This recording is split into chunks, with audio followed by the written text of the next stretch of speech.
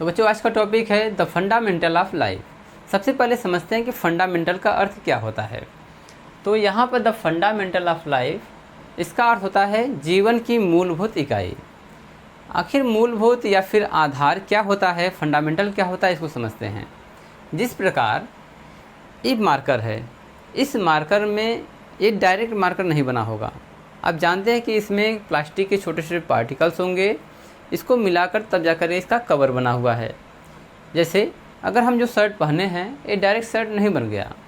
इसकी जो मूलभूत इकाई होती है वह है कॉटन अर्थात रुई। रुई से धागे बनाए जाते हैं और धागों से कपड़े को बुना जाता है। तो फंडामेंटल क्या हुआ? फंडामेंटल का मतलब हुआ बेसिक इकाई क्या है। जैसे अगर हमें को माला बनाना है तो माले में जितने भी मोती आते हैं, अगर एक एक मोती को हम पिरोएं तब जाके एक माला बनता है। अर्थात हम एक मोती को माला नहीं कर सकते हैं। इसी प्रकार किसी भी जीव के संपूर्ण अंग की बनावट एक ही सेल से नहीं हो गई।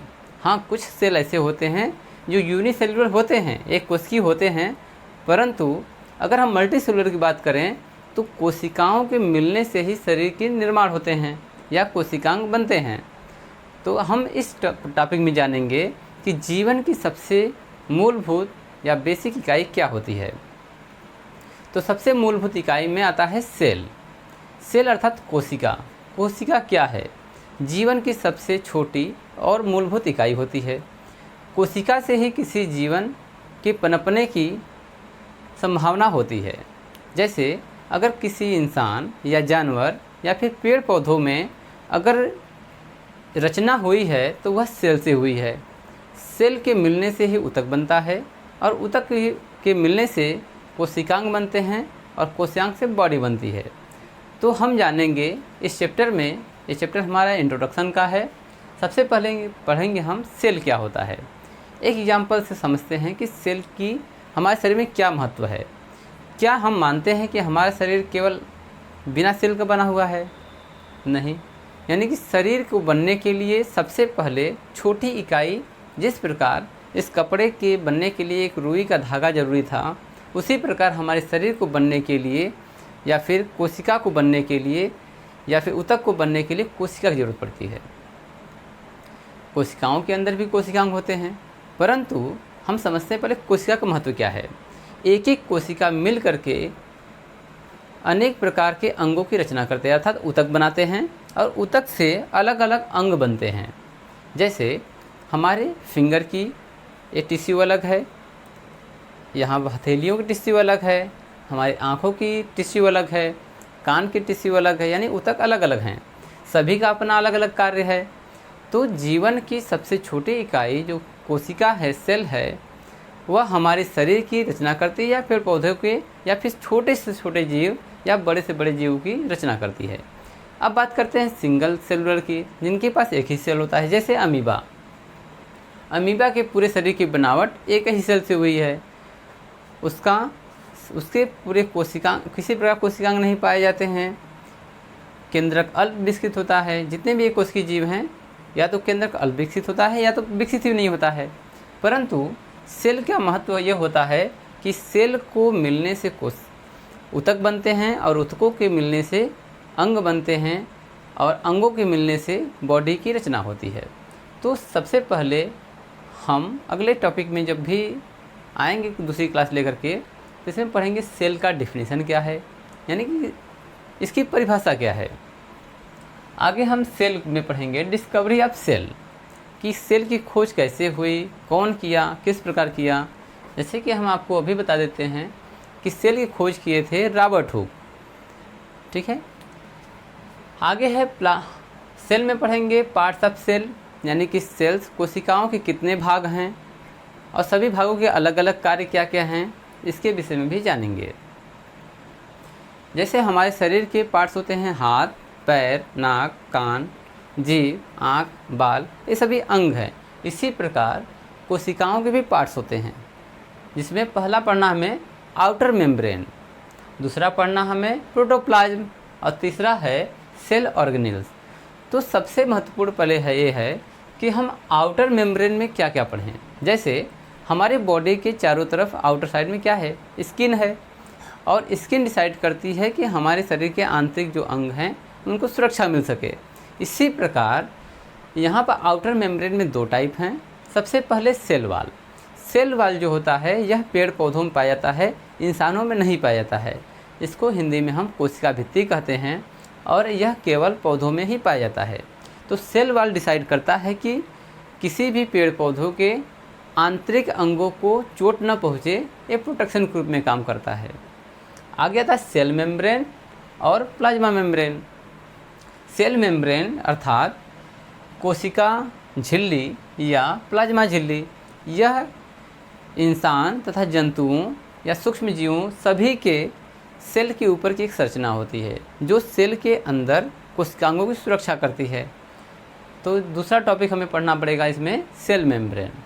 तो आउटर मेम्ब्रेन में 2 टाइप हैं, फर्स्ट है सेल वाल और दूसरा है सेल मेम्ब्रेन या प्लाज्मा मेम्ब्रेन। आगे पढ़ते हैं प्रोटोप्लाज्म। प्रोटोप्लाज्म का मतलब होता है जीव द्रव्य। जिस समय साइटोप्लाज्म और न्यूक्लियोप्लाज्म इसकी खोज नहीं हुई थी तो वैज्ञानिकों ने केवल एक ही नाम रखा था, प्रोटोप्लाज्म। परंतु बाद के वर्षों में जब केंद्रक की खोज हुई और केंद्रक के अंदर भी एक प्रकार का तरल द्रव्य पाया गया, तो यहाँ पर 2 बातें हुई कि अगर कोशिका के अंदर जो द्रव्य है वह अलग था, केंद्रक के अंदर जो द्रव्य था वो अलग था। तो उन्होंने कहा जो कोशिका के अंदर द्रव्य है उसको हम साइटोप्लाज्म कहेंगे, यानी कि कोशिका द्रव्य, और जो केंद्रक के अंदर द्रव्य पाया जाएगा उसको हम केंद्रक द्रव्य के नाम से जानेंगे। तो यहाँ पर हमें प्रोटोप्लाज्म के 2 टाइप मिले, साइटोप्लाज्म और न्यूक्लियोप्लाज्म। इनके अलग अलग फंक्शन हैं। आगे पढ़ेंगे हम सेल ऑर्गेनेल्स यानी कोशिकांग, यानी कोशिकाओं के अंग क्या क्या होते हैं। तो कोशिकाओं के अंगों को हम 2 टाइप में जानेंगे, एक डबल लेयर मेम्ब्रेन और दूसरा है single layer membrane. Double layer membrane का मतलब होता है ऐसे कोशिकांग जिनके आवरण में दोहरी झिल्ली पाई जाती है, और सिंगल लेयर मेम्ब्रेन का मतलब होता है ऐसे कोशिकांग जिनके आउटर सेल में केवल एक ही मेम्ब्रेन पाया जाता है या वह भी नहीं पाया जाता है। तो सिंगल लेयर मेम्ब्रेन में हम एकल झिल्ली के विषय में पढ़ेंगे। तो सबसे पहले देखते हैं कि डबल लेयर मेम्ब्रेन में क्या क्या हैं। तो सबसे पहले है न्यूक्लियस यानी केंद्रक। केंद्रक जो है डबल लेयर से घिरा होता है, इसमें दोहरी झिल्ली पाई जाती है। केंद्रक की खोज करने वाले जो वैज्ञानिक हैं वो है रॉबर्ट ब्राउन। आगे डबल लेयर में पढ़ना है माइटोकॉन्ड्रिया। माइटोकॉन्ड्रिया को हम अपने शरीर का विद्युत गृह के नाम से भी जानते हैं, यानी किसी भी कोशिका के अंदर ऊर्जा का यह संचार करता है, अर्थात ऊर्जा को एटीपी के रूप में प्रदान करता है। तो इसे हम विद्युत गृह के नाम से भी जानते हैं। या आगे चलते हैं, तीसरा टॉपिक इसमें पढ़ेंगे हम प्लास्टिड। प्लास्टिड का मतलब होता है लवक। अब लवक भी 3 प्रकार के होते हैं। पहला होता है क्लोरोप्लास्ट। क्लोरोप्लास्ट का मतलब होता है हरित लवक। हरित लवक का मतलब है कि किसी भी हरे पेड़ पौधों में जो हरी पत्तियां होती हैं, जो प्रकाश संश्लेषण में सहायक होती हैं, उसमें क्लोरोप्लास्ट होता है। ठीक है, खासतौर पर पत्तियों में सबसे अधिक पाया जाता है। नेक्स्ट है क्रोमोप्लास्ट। क्रोमोप्लास्ट का मतलब होता है वर्णी लवक, यानी कि इसमें कलर होते हैं। अब जैसे कलर कहाँ कहाँ पाए जाते हैं, कुछ ऐसे भी पेड़ पौधे होते हैं जिनकी पत्तियाँ रंगीन टाइप की होती हैं, वहाँ पर क्रोमोप्लास्ट पाया जाएगा। या फिर फूलों में पाया जाता है, जितने फूल अलग अलग टाइप के हैं सब में क्रोमोप्लास्ट पाया जाएगा। आगे है ल्यूकोप्लास्ट। ल्यूकोप्लास्ट में कोई भी कलर नहीं होता है। तो यह पाया कहाँ जाएगा, यह पाया जाता है पेड़ पौधों की जड़ों में, तनों में। पेड़ की जड़ों और तनों में, जैसे कि अगर कोई पेड़ यहाँ पर है, मान लीजिए कोई पेड़ है, तो अगर ये पत्ता है, ठीक है, ऊपर क्या है, ये पत्ता है, तो इसमें क्या पाया जाएगा, क्लोरोप्लास्ट। और इन जड़ों में और तनों में पाया जाएगा ल्यूकोप्लास्ट। यहाँ पर क्लोरोप्लास्ट। एक आता है क्रोमोप्लास्ट, जो फूल होंगे, ठीक है, मान लीजिए फूल है या कोई फल होगा, ठीक है, फलों में, फूलों में, फलों में या रंगीन फूलों आदि में क्रोमोप्लास्ट पाया जाएगा।